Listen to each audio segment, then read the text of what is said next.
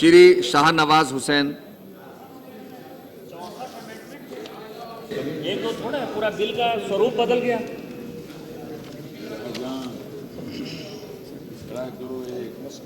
सभापति जी, मैं आपका आभारी हूं कि इस महत्वपूर्ण बिल पर बोलने का अवसर आपने दिया है। ऐसे लोकसभा वक्फ अमेंडमेंट बिल पहले भी पास कर चुकी है और जब ये वक्फ अमेंडमेंट बिल यहाँ पर आया था तब संसद का उस सत्र का आखिरी दिन था और तत्कालीन मंत्री सलमान खुर्शीद साहब माइनॉरिटी अफेयर के मिनिस्टर थे। उस दिन भी हम लोगों ने कहा था कि इसमें बहुत सारी कमियां हैं, उसको सुधारना चाहिए। लेकिन आप जानते हैं सभापति जी कि जब माइनॉरिटी का सवाल आता है, अल्पसंख्यकों का सवाल आता है, उसके हक और हकूक़ का सवाल आता है, तो भारतीय जनता पार्टी सरकार की तरफ से जब इस तरह के सवाल आते हैं तो हम उसका सपोर्ट करते हैं। इसलिए जो वक्फ अमेंडमेंट बिल है उसका तब भी हमने सपोर्ट किया था और तब भी मैं पार्टी की तरफ से बोलने के लिए खड़ा हुआ था। आज भी जो वक्फ अमेंडमेंट बिल सरकार लेकर आई है, जो पहले इसमें, क्योंकि जो वक्फ अमेंडमेंट है वो उस बिल की बहुत ज़रूरत थी। सरकार बहुत पहले से हम लोग ये दबाव बना रहे थे क्योंकि इस देश में करीब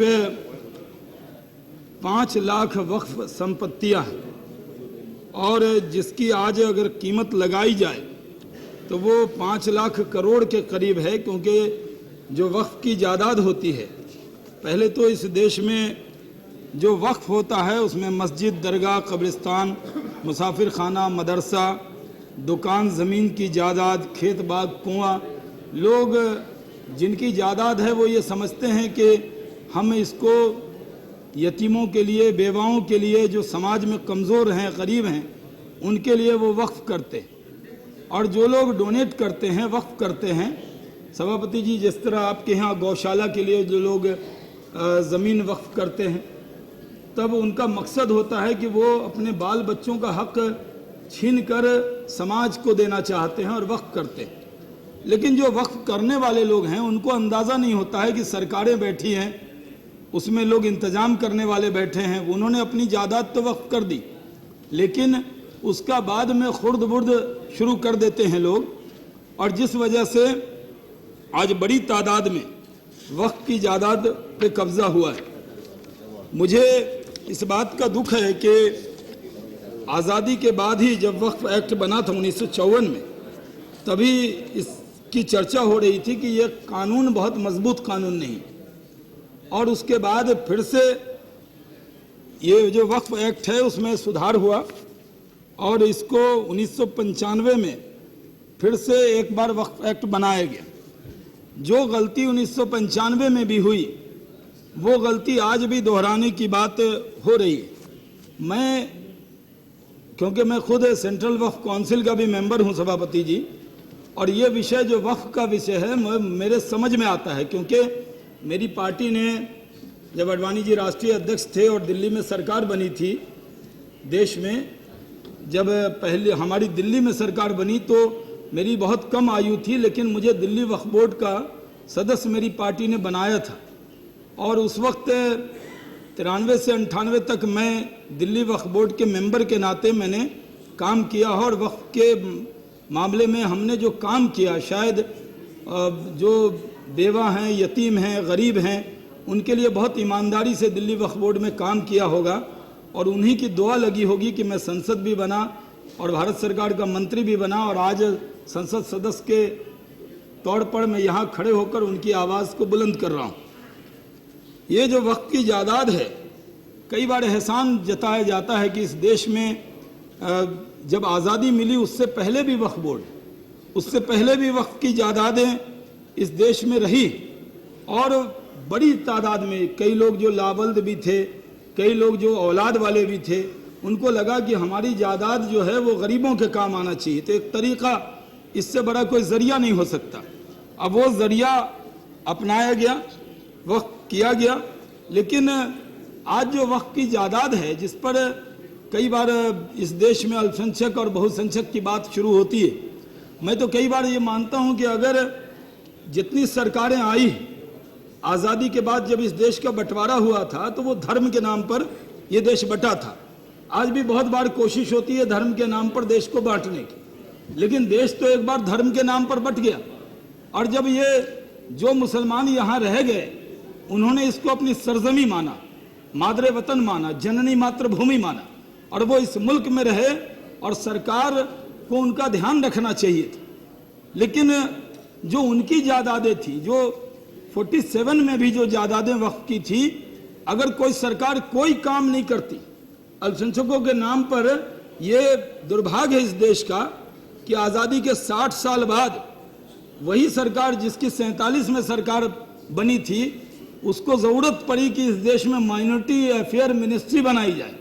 अगर माइनॉरिटीज़ के लिए, अल्पसंख्यकों के लिए पहले ही काम हो गया होता। कई बार रूलिंग पार्टी के नेता इस बात का क्रेडिट भी लेते हैं कि हमने अल्पसंख्यक मंत्रालय बनाया।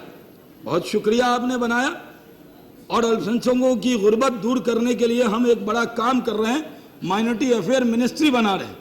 और मैं तो उससे और आगे जाता हूं, एक ऐसी भी मिनिस्ट्री बनाइए जो ये पता लगे कि माइनॉरिटी इतने आज़ादी के बाद पिछड़ कहां से गए, इतने पीछे कैसे चले गए, आखिर आपको ज़रूरत क्यों पड़ी।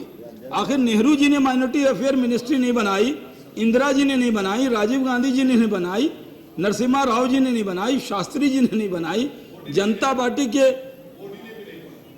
वो तो आएंगे तब ना, अभी तो पहले से वो आएंगे तब।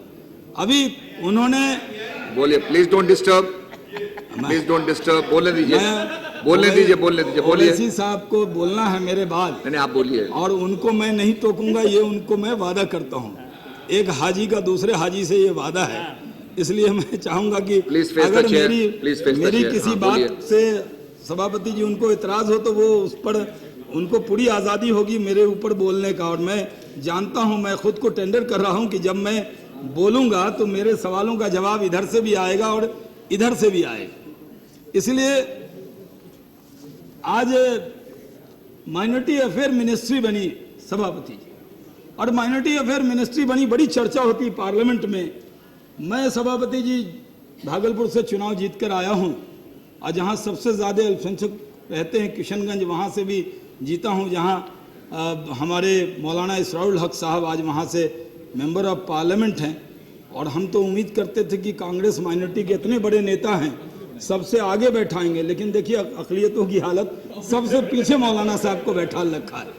इतने बड़े नेता, हम तो उम्मीद करते थे कि इनको आगे पार्टी बैठाएगी, जिस तरह मुझे मेरी पार्टी आगे बैठाती है उसी तरह मैं उनसे उम्मीद करता था। और बड़े अपने आलिम आदमी हैं, बड़े पढ़े लिखे आदमी हैं, समाज में बड़ा असर है। ये सही है कि 2 चुनाव मैंने भी उनके सामने लड़ा है, लेकिन किशनगंज से वो चुनाव जीत कर नहीं, अगली बार भी भागलपुर से ही लड़ना है। और आप अलायंस कर लेंगे तो फिर कांग्रेस का कैंडिडेट मिलता नहीं है। अगर आपका अलायंस नहीं होगा तो कांग्रेस का कैंडिडेट भी मिलेगा, हाथ ही नहीं लग रहा। जब से पिछली बार आपने कांग्रेस का कैंडिडेट दिल्ली मिला था, वासनिक साहब ने दिया था, लेकिन वो जमानत वहां चली गई थी, इसलिए इस बार मत दीजिएगा, वो देने से कोई फायदा नहीं। तो मैं अक़लियत के मामले पर बोल रहा हूं, मैं डाइवर्ट भी नहीं करूंगा विषय को, और टू द पॉइंट बोलूंगा सभापति जी। अक़लियतों की हालत आज ऐसी क्यों है? आखिर आपने एक और काम किया, जब से यूपीए 2 आया है, मैं यूपीए 1 जी बेइंसाफी नहीं होती, नाइंसाफी होती है। उर्दू भी ठीक कीजिए, कांग्रेस के लोगों की उर्दू भी खराब हो गई, वो भी जम्मू कश्मीर के हैं, वो भी उर्दू भी गलत बोल रहे हैं। सभापति जी, तो ये माइनॉरिटी अफेयर मिनिस्ट्री बनी, और जब माइनॉरिटी अफेयर मिनिस्ट्री बनी, पिछले माइनॉरिटी अफेयर मिनिस्ट्री बनानी क्यों पड़ी? क्योंकि जब इस मुल्क की आज़ादी हुई तो इस देश में 2 धाराएं बहती थी। उस वक्त भी ये चर्चा होती थी, 2 पार्टियां थी, एक कांग्रेस थी, एक मुस्लिम लीग थी। ज़्यादातर मुस्लिम लीग के साथ होते थे, और उस वक्त भी जो कांग्रेस में लोग काम करते थे उनको तरह तरह की दिक्कतों का सामना करना पड़ता था। जिस तरह हमें ताने सुनने पड़ते हैं, उस तरह के ताने मौलाना अबुल कलाम आज़ाद साहब को भी सुनना पड़ता था। तो हम मौलाना अबुल कलाम आज़ाद साहब को अपना आइडियल मानते हैं, तो हम Please face the अपना chair. दिल बड़ा रखते हैं और हम ये सोचते हैं कि मैं उनके नक्शे कदम पर चल रहा हूँ, इस मुल्क से मोहब्बत करके और इस मुल्क को इकट्ठा रख के और इस मुल्क के हिंदू और मुसलमानों को इकट्ठा रख के उन्होंने एक राह दिखाई थी, और वही राह है जो मौलाना अबुल कलाम आज़ाद ने दिखाई, जिस पर हमारे आबा अजदाद ने यकीन किया और हमने वो रास्ता नहीं अपनाया, हम हिंदुस्तान में रहे। और मैं ये भी बहुत ईमानदारी के साथ कह सकता हूँ कि ये जो हमारा वतन है हिंदुस्तान, ये मुसलमानों के लिए भारत से अच्छा देश और हिंदू से अच्छा पड़ोसी नहीं मिल सकता। यहाँ पर ये मैं बहुत जिम्मेदारी से कह सकता हूँ कि इस देश के थोड़ा कांग्रेस के लोग उपाध्यक्ष जी गंभीर नहीं हो रहे हैं, मैं जानता हूँ माइनॉरिटी के इशू पर ये गंभीर नहीं है, Please face the chair. तो इसलिए Please मैं आप address ही the से chair. कह रहा हूँ कि जरा Please हमारे मित्र को जितना मुझे टोकेंगे उतना आपका वोट घटने वाला है, ये मैं बता देने वाला हूँ। इसलिए Please don't disturb. Silence, please don't disturb.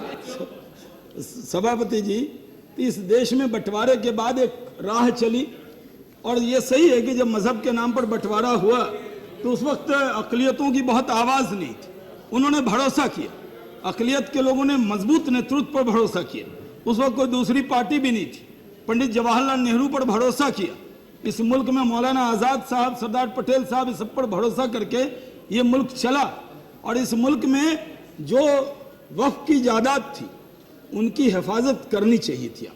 ये आपसे चूक हुई है, मुझे नहीं मालूम कि इसको रहमान खान साहब स्वीकार करेंगे कि नहीं, लेकिन जो वक्फ की जायदाद है, अगर वाजपेयी जी के ज़माने में कोई कब्जा हुआ है तो शाहनवाज हुसैन को उसकी सज़ा दीजिए, लेकिन अगर आपके दौरे इख्तदार में हमारे कब्रिस्तान को, हमारी मस्जिदों पर, हमारे मदरसों पर, हमारे वक्फ की जायदाद पर कब्जे हुए हैं, तो उसकी रहमान खान साहब आप उसकी जिम्मेदारी भी आज लीजिएगा। ये मैं बहुत आपके ज़रिए उनसे ये अनुरोध करना चाहता हूँ।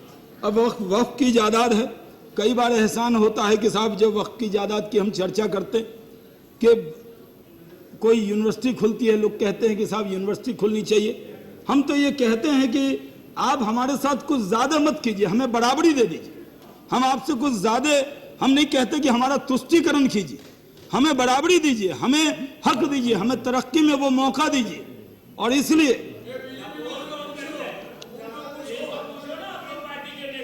हम तो दे रहे, हम तो आगे कर रहे हैं, आप मौलाना साहब को पीछे बैठाए हुए हैं। इसलिए बढ़िया बात कर रहे हैं, जरा शांति से उपाध्याय जी, मैं कोई अच्छी बात कर रहे जरा शांत हो जाएं, शांत हो जाएं, जरा सुने, बोलिए। हैं। देश की वास्तविक तस्वीर बता रहे हैं, उसको सुनिए। जी शांत हो जाएं, जरा अरे शांत। बिहार के 4 एमएलए में 3 चौधरी लाल सिंह जी, शांत हो जाएं, बोलिए। बोलिए। आप पीछे बैठाए हुए हैं। जी सभापति जी, मैं तो इस मुल्क को जोड़ने की बात कर रहा हूँ। ये तोड़ रहे हैं। मैं अपने आप को, मेरे ज़िंदगी में सभापति जी, मेरी पार्टी ने मुझे वक्त से पहले बहुत कुछ दिया, मैं एमपी रहा हूँ, भारत सरकार मंत्री रहा हूँ। ज़िंदगी का मिशन कोई पद नहीं है, ज़िंदगी का मिशन है। मैंने अपनी ज़िंदगी का मिशन बनाया कि हिंदू और मुस्लिम समाज को कैसे जोड़ा जाए, इसके लिए काम करूंगा। यही सोचकर मैं सियासत में काम करता हूँ। और इसलिए मेरी कोई भी बात समाज को तोड़ेगी नहीं, समाज को जोड़ने के लिए मैं यहाँ पर खड़ा हूँ। और इसलिए मैं आपको बहुत जिम्मेदारी से कहना चाहता हूँ कि आपने बहुत अच्छा एक्ट में बहुत सुधार भी किया है। रहमान खान साहब अच्छे आदमी हैं, कांग्रेस में भी अच्छे लोग हैं, और रहमान खान साहब भी उसमें से एक हैं। और मैंने किसी को खराब नहीं कहा, इसलिए ज़्यादा एतराज़ मत कीजिए। समय होता जा रहा है। सभापति जी, ये मैं एक सवाल उठाना चाहता हूँ, मैं इस पर बैठ भी जाऊँगा तुरंत, कि इस यहाँ पिछड़ों के सेंसस पर चर्चा होती है, 20 बार चर्चा होती है। दलित समाज के लोग को एम्स में जगह मिल रही कि नहीं, इस पर 20 बार चर्चा होती है। ये माइनॉरिटी की चर्चा लेट से क्यों लगती है? क्या इसके लिए माइनॉरिटी की आवाज़, अक़लियतों की आवाज़, जिसकी आबादी 20 करोड़ है, उसकी आवाज़ को बुलंद करने पर इतनी शॉर्ट ड्यूरेशन की चर्चा क्यों लगती? कल मैंने रहमान खान साहब से कहा, मैंने पार्लियामेंट्री अफेयर मिनिस्टर से जाकर कहा कि भाई माइनॉरिटी की चर्चा है, हम लोग माइनॉरिटी का दर्द रखेंगे, जरा सुन लीजिए। और अगर वक्त पर चर्चा पर, मैं तो अभी भूमिका में, मैं तो वक्फ बिल पर आया ही नहीं हूँ सभापति जी। और भूमिका पर घंटी बज जाएगी तो इस देश की अक़लियतों की घंटी बज जाएगी। मैं तो उनके आवाज को बुलंद कर रहा हूं। मैं इस बिल का साथ देकर मैं उन पहलू को उठाना चाहता हूं। मैं कहता हूं कि संसद रात में 11 बजे तक फूड सिक्योरिटी पे चल सकती है और चीजों पर चल सकती है, लेकिन क्या कांग्रेस की यूपीए सरकार जब पार्लियामेंट्री अफेयर मिनिस्टर माइनॉरिटी की चर्चा के लिए कोई टाइम बाउंड नहीं कर सकते? मेरी पार्टी से मैं अकेला बोलने वाला हूं। 117 एमपी डिसाइड करती है टाइम, और आपका टाइम 13 मिनट था, 15 मिनट मैंने टाइम दे दिया। अगर मुझे मालूम होता सभापति जी कि वक्त की जायदाद पर 13 मिनट टाइम है तो कसम से मैं बोलता ही नहीं इस पर। मुझे कोई जरूरत नहीं बोलने जो की। बीएसए ऐसे डिसाइड बिल करती पास है। करा लीजिए, ये तरीका नहीं होगा आपको इस देश के अंदर। सभापति जी आप डिस्टर्ब मत करिए, आप बोलने दीजिए, आप डिस्टर्ब मत करिए, आधा घंटा बोलते हैं। आप डिस्टर्ब मत करिए, बड़ी बोलिए, आबादी है उसको बोलने नहीं दिया जाता। अगर भारत की संसद में आप बोलिए, बुला रहे हैं आपको, बोलिए। नहीं, अगर ये चर्चा आपने आप सोची विषय है, पे बोले ना, आप विषय अंदर अगर- कर रहे हैं तो समय तो मैं- जाता है। मैं आपकी प्राय सभापति में। जी, मैं विषय पे आ रहा हूँ। हाँ, बोलिए।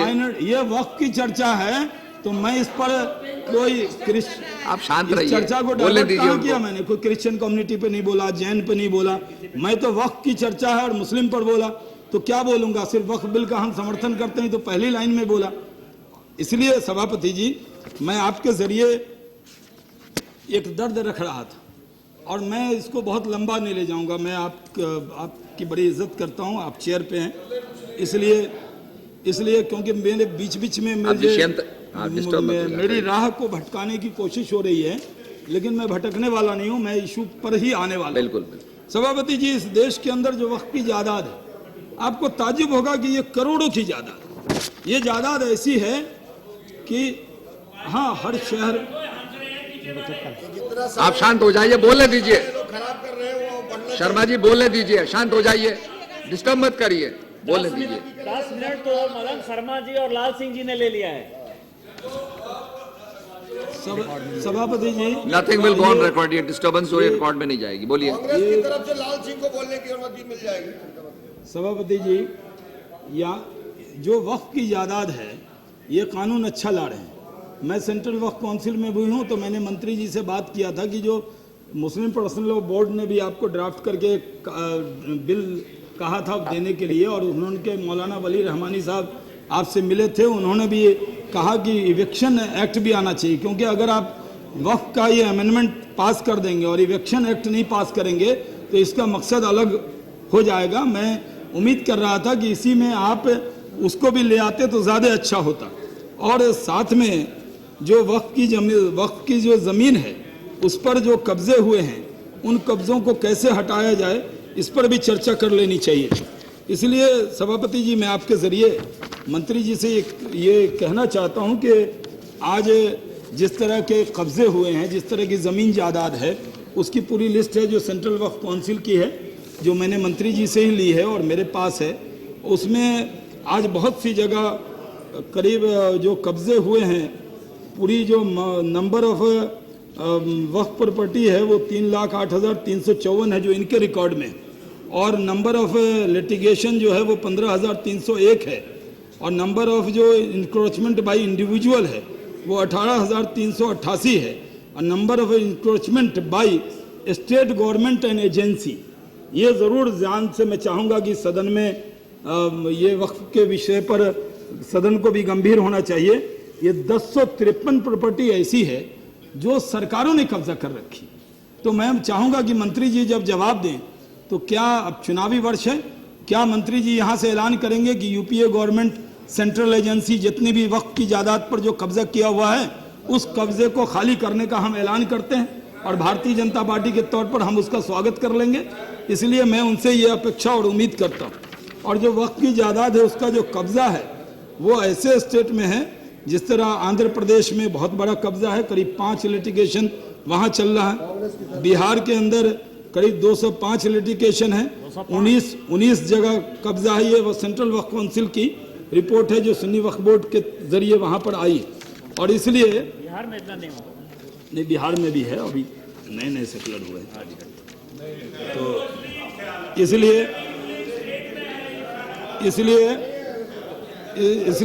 प्लीज डोंट डिस्टर्ब ना करें। सभापति जी, मैं माननीय आपके सदस्य जरिए को बोलने दें।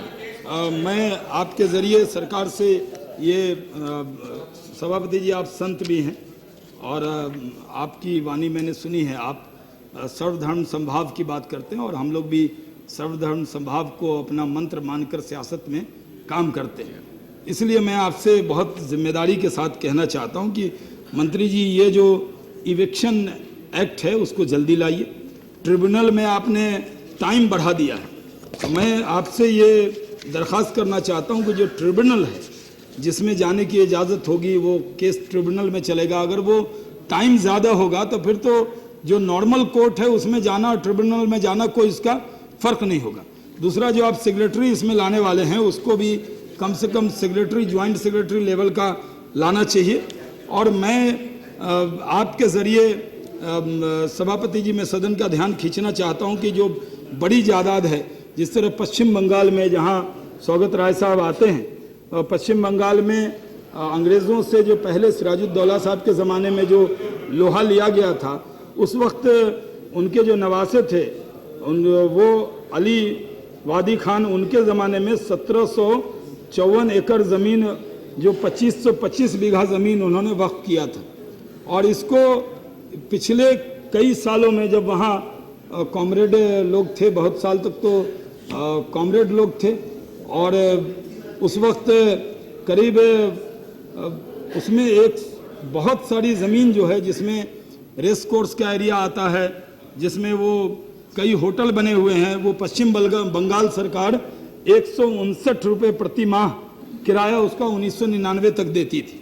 और सभापति जी, एक बड़ा विषय है जो मैं मंत्री जी के ध्यान में लाना चाहता हूं कि अभी हैदराबाद में जो आंध्र प्रदेश गवर्नमेंट है उसने एक वक्फ बोर्ड ने केस जीता है, और वो केस जीता और हैदराबाद सरकार आ गई है उसको वक्फ की जायदाद को, हैदराबाद सरकार ने, हैदराबाद गवर्नमेंट ने करीब 3500 एकड़ ज़मीन है जो आंध्र प्रदेश में हैदराबाद के अंदर है, और उसमें वक्फ बोर्ड केस जीत गया है। और मुझे बहुत दुख के साथ कहना पड़ता है सभापति जी, देश इसको सुन रहा होगा, कि उस वक्फ बोर्ड के जीत को हार में बदलने के लिए वकील कौन खड़े हुए हैं?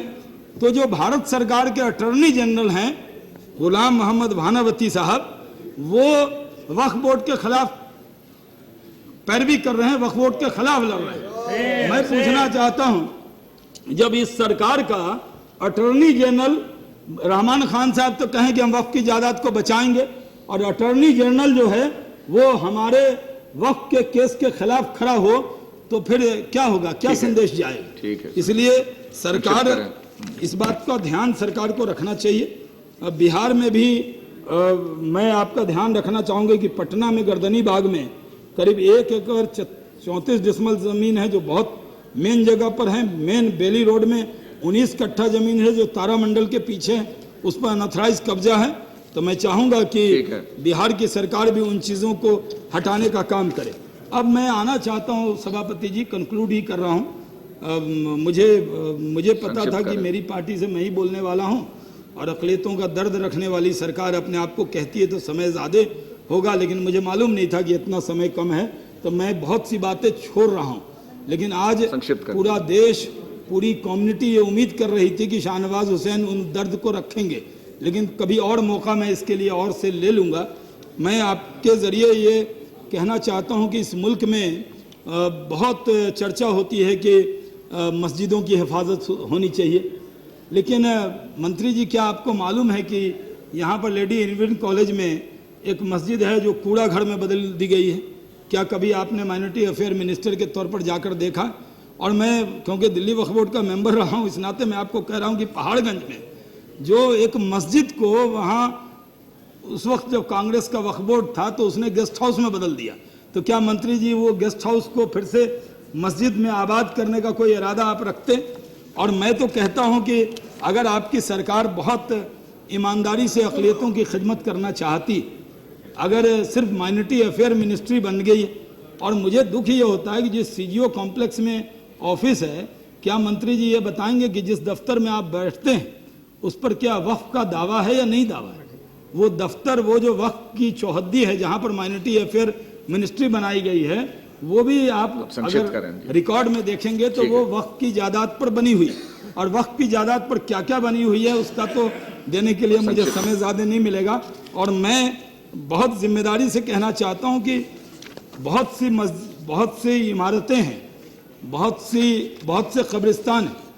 ये डीडीए, क्या मंत्री जी को ये मालूम है? सभापति जी, मैं आपके जरिए पूछना चाहता हूं कि डीडीए ने कब्रिस्तानों पर ग्रीन लैंड का बोर्ड लगाकर उस जमीन का फिर से सौदा किया? क्या यहाँ पर जो पार्लियामेंट्री अफेयर मिनिस्टर हैं, जो डीडीए के भी मिनिस्टर हैं, क्या आप अपने सहयोगी मंत्री पर यह दबाव बनाएंगे कि जो जमीन डीडीए ने कब्जा किया है, जो कब्रिस्तान की जमीन थी, ग्रीन लैंड थी, उसको बेचने का हक, क्योंकि सुप्रीम कोर्ट की रूलिंग है कि वक्फ इज ऑलवेज वक्फ, वक्फ का कभी लैंड वैल्यू बदला नहीं जा सकता। तो क्या ये जो वक्फ की जायदाद है वो डीडीए से आप वापस लेकर कम्युनिटी को देंगे? तभी मैं समझूंगा कि आप अकलियतों के लिए कोई दर्द रख रहे हैं। और अगर और लैंड एक्विजिशन बिल भी आया है उसमें, इसलिए समाप्त करें। और सभापति जी, एक शेर है कि हमारा जख्म उन्हें कब शुमार करना है, हमारा जख्म उन्हें कब शुमार करना है, करीब आके बहाने से वार करना है। यानी ये हमारे करीब भी आ रहे हैं, ये कह रहे हैं माइनॉरिटी अफेयर मिनिस्ट्री बना रहे हैं, सच्चर कमेटी ला रहे हैं। अरे सच्चर कमेटी तो एक्सरे है जो आपके सरकार की, कि आपने देखिए कि आपके दौरे इख्तिदार में अक़लियत के लोग कितने पिछड़ गए। और मैं अपनी बात को ख़त्म करना चाहता हूँ एक बड़ी इम्पोर्टेंट बात के साथ। पता नहीं इस सरकार में वो दम है या वो समाप्त करें बस। वो मैं ये कागज समेट रहा हूँ सभापति जी। और लालू की पार्टी में मुसलमान नहीं है, समाजवादी पार्टी आप समाप्त करें वो जल्दी। नहीं बोल रहे हैं, उनके यहाँ तो अक़लियत का आप कोई सवाल एमपी पूछें जीत के नहीं आया है इस बार, तो आप चलन उधर मत नहीं बोलेंगे, देखें, पता फेस द है। Chair please. हाँ, इसलिए हाँ वही मुल्ला Please face Mulayam the Singh chair. पर ही है, किसी मुल्ला पे भरोसा नहीं है, मुलायम सिंह पे आपको प्लीज भरोसा एड्रेस द चेयर। है। लालू जी की पार्टी में भी नहीं कोई जीत के आया है जी। आप समाप्त करें। जी शैलेंद्र जी बैठ जाइए, बैठ जाइए, बोलने दीजिए, बैठ जाइए। नथिंग विल गो ऑन इसलिए तो रिकॉर्ड। कोई Nothing Muslim will go on एक record. मुस्लिम को चुनाव जिता के नहीं भेज पाया। ये तो समाजवादियों की हालत है। ये देखिए कैसा समाप्त- समाजवाद। बोलिए, समाप्त करें इसलिए बस। सभापति जी समाप्त करें, मैं समाप्त करें, समाप्त करें, आप ध्यान नहीं दे रहे थे इसीलिए बोल रहे थे। समाप्त करें। सभापति जी, मैं एक बात जिम्मेदारी से कह के बैठने वाला हूँ। जो हज पे और इस पे आता तो बहुत समय देना पड़ता। वो कभी सभापति जी एक चर्चा अक़लियतों के हालात पर भी एक बार कराइए, दिन भर की चर्चा हो जाए। आबादी बहुत है, वोट भी बहुत मांगते हैं, चुनाव आ रहा है, उसका दर्द भी सब बयान कर रहा है, लेकिन जब उसके दर्द की बात है तो समय की कमी हो जाती है। तो मैं सभापति जी, मैं ये कहना चाहता हूँ कि इस मुल्क में बहुत सी मसाजिद हैं, जैसे दिल्ली की जामा मस्जिद है, वो बहुत पुरानी है, शाहजहाँ ने बनाई थी। दिल्ली की फतेहपुरी मस्जिद है, उसमें नमाज होती है। लेकिन बहुत सी मसाजिद हैं जिसको आर्कियोलॉजिकल सर्वे ऑफ इंडिया ने अपने रख रखाव में रख लिया है, लेकिन नमाज नहीं हो रही। अब जो मस्जिद है उसमें तो नमाज होनी चाहिए, और अगर नमाज होनी चाहिए, अगर आप नमाज को रोक भी रहे हैं, आपकी सरकार का डिसीजन है, कोई भारतीय जनता पार्टी की सरकार ने डिसीजन नहीं लिया, और अगर आपकी सरकार का डिसीजन है तो मैं आपसे आपके माध्यम से गुजारिश करना चाहता हूं सभापति जी कि कम से कम उसका रखरखाव कीजिए। आप वो उपाय मत कर दीजिए, यरूशलेम की तरह मत कर दीजिए कि आप उसकी मस्जिद अक्सा की मरम्मती ना होने देंगे, ताकि उसकी मरम्मत ना हो। तो आर्कियोलॉजिकल सर्वे ऑफ इंडिया के नाम पर आपने हजारों मस्जिद के अंदर नमाजें बंद कर दी है, फिर भी सेकुलर कहला रहे हैं। कमाल के आप लोग हैं, आप लोग का पता नहीं कौन सा तरीका आता है, कौन फॉर्मूला आता है। इसलिए मोहम्मद अशरफुल हक नहीं, वो अब तो हम लोग वहाँ आने ही वाले। मोहम्मद अशरफुल हक, मैं खत्म कर रहा हूँ सर, आपका शुक्रिया भी तो अदा करना है सर। मैं वो जयराम रमेश साहब के मुंह में घी शक्कर सर, उन्होंने मुझे उधर बुलाया। इंशाअल्लाह जब चुनाव होगा तो मैं उधर से ही खड़े होकर यहाँ खिताब करूंगा, उनकी उम्मीद को पूरा कर दूंगा। और सभापति नहीं, आपको इधर देंगे, हम लोग फराग दिल हैं, इधर बैठने देंगे। देखिए आप समाप्त करें। इसलिए सभापति जी, इसलिए मैं वक्फ अमेंडमेंट को सपोर्ट करते हुए इस बिल को का पूरी पुरजोर साथ देते हुए और मैं उम्मीद करता हूं को मौका देना चाहिए ना, छोटे जी हैं, जी इसलिए भी थोड़ा उनको देर मौका एक देना मिनट इसरार इस देर आए दुरुस्त आए, बहुत देर कर दी हजूर आते आते। आज़ादी के 63 साल में कम से कम एक बिल लेकर आए और ये मंत्रालय जब अंतुले साहब से सलमान साहब के पास पहुंचा और आपके पास पहुंचा है, तो मैं उम्मीद करता हूं कि जो मुद्दे हमने उठाए हैं उन मुद्दों का आप ईमानदारी से जवाब देंगे और इस पर कोई वाद विवाद नहीं है। वक्फ की जायदाद की हिफाजत कीजिए और इस मुल्क में अक़लियतों को वक्फ की जायदाद को अगर ठीक से उसकी हिफाजत श्री कर मोहम्मद लेंगे अशरफुल हक। तो उनके तुष्टीकरण की जरूरत नहीं पड़ेगी, वो अपने हाथ से अपनी तकदीर अपने कलम से लिखेंगे। यही कह के मैं अपनी बात को समाप्त करता हूं। बहुत बहुत शुक्रिया।